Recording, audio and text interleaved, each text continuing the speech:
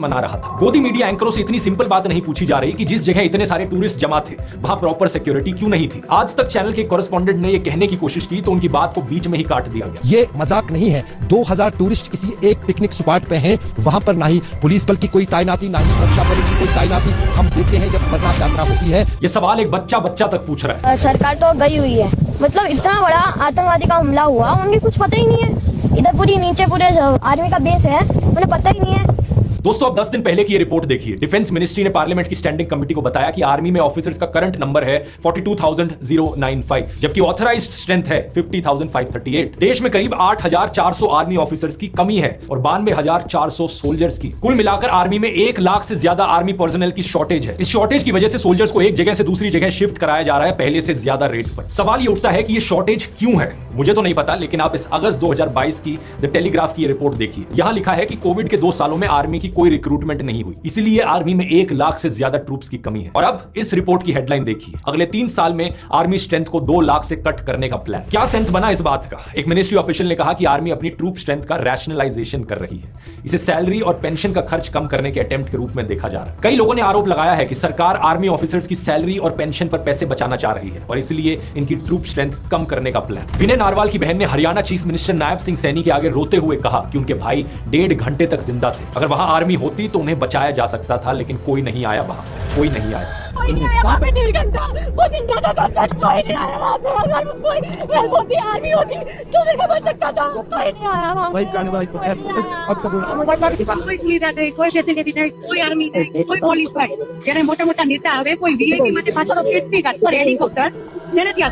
गोदी मीडिया को इससे कोई मतलब नहीं। कश्मीरी पंडित अपने सिक्योरिटी कंसर्न्स के लिए 300 से ज्यादा दिन तक स्ट्राइक पर बैठे रहे, लेकिन कोई खबर तक नहीं आई। दूसरी तरफ मुकेश अंबानी सेठ और उनके परिवार के लिए हाईएस्ट लेवल का Z+ सिक्योरिटी कवर है। इसमें कुल 55 सिक्योरिटी पर्सनल है, जिनमें से 10 से ज्यादा हाईली ट्रेन्ड NSG कमांडोज हैं। टाइम्स ऑफ इंडिया की रिपोर्ट में बताया गया है कि मुकेश के बेटे अनंत की घड़ी की कीमत 60 करोड़ से ज्यादा की है। नीता अंबानी की नेकलेस की कीमत 500 करोड़ की है। शादी में खर्च हुआ 5,000 करोड़ से ज्यादा, लेकिन सिक्योरिटी में इन्हें चाहिए सरकारी खर्चे पर ट्रेन किए गए हाईली ट्रेन्ड NSG कमांडोज, हम लोगों के टैक्स के पैसे पर ट्रेन किए गए NSG कमांडोज। गोदी मीडिया को इससे कोई मतलब नहीं है। इनके सेठ और देश के बॉलीवुड सेलिब्रिटीज को यहाँ पर Y+, Z+ सिक्योरिटी कवर्स मिल रहे हैं। मुझे मुकेश अंबानी और सेलिब्रिटीज के सिक्योरिटी कवर से कोई प्रॉब्लम नहीं है, लेकिन सवाल यहाँ पर यह है कि आम लोगों को क्या मिल रहा है यहाँ पर। अब कुछ लोग कहेंगे कि VIP नेता, बिजनेसमैन, फिल्म स्टार्स देश के लिए जरूरी है, इसलिए उनके लिए ज्यादा सिक्योरिटी कवर जस्टिफाइड है। लेकिन पहलगाम में जो आम इंसान मारे गए वो भी तो अपने परिवार के लिए उतने ही जरूरी है ना। उनकी पत्नी, उनके बच्चे और उनके माँ बाप के लिए तो वही दुनिया है। सवाल यहाँ पर यह है कि आम लोगों की ही जान इतनी सस्ती क्यों है? कभी ट्रेन एक्सीडेंट में मारे जाते हैं, कभी भगदड़ में, कभी होर्डिंग गिर जाती है तो कभी पुल टूट जाता है, कभी किसी की पोर्श या लैम्बोर्गिनी गाड़ी के नीचे आके मारे जाते हैं या सड़क पर मैनहोल में गिर जाते हैं,